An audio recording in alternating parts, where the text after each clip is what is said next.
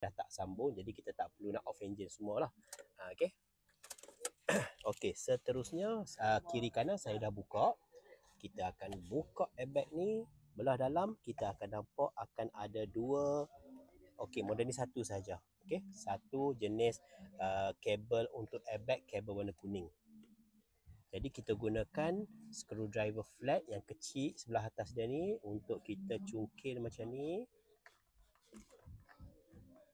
Angle susah dapat dah. Okey, macam tu. Lepas tu kita tarik sahaja. Okey, untuk lepas kita tarik, airbag ni kita letak elok-elok. Okey, macam tu. Jadi sekarang ni sebelah dalam dia akan ada satu nut saiz 17. Okey, yang ni saiz 17 mm. Untuk Proton, Prevail, Suprema S, Izora saiz yang sama. Jadi kita buka. Okey, macam tu sahaja sahabat-sahabat. Lepas tu kita akan tandakan sikit tempat yang kita buka tadi, supaya nanti bila kita pasang dia tak akan sengit.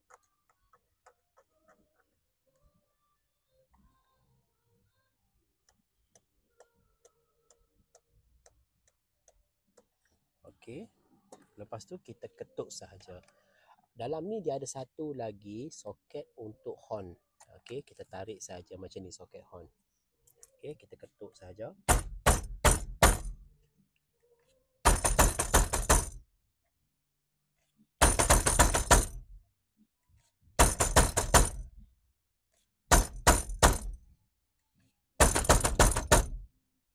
Okey, sampai dia tercabut.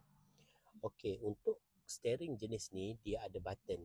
Okey, jadi dia masih ada lagi kabel, kita kena buka kabel dia. Jadi kita check ada satu kabel kat sini, kita kena disconnect kabel ni.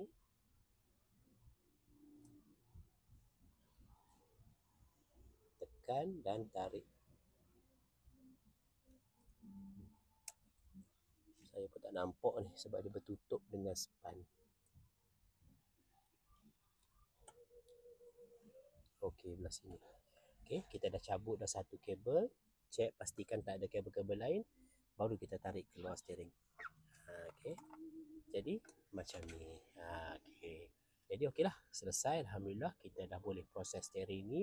Yang ni steering ni kita akan balut balik menggunakan full wrap napa, dan juga kita akan cat balik bahagian garnish yang rosak yang warna hitam dah ni. Kita akan cat balik, bagi baru balik. Okeylah, semoga perkongsian ini bermanfaat. Assalamualaikum.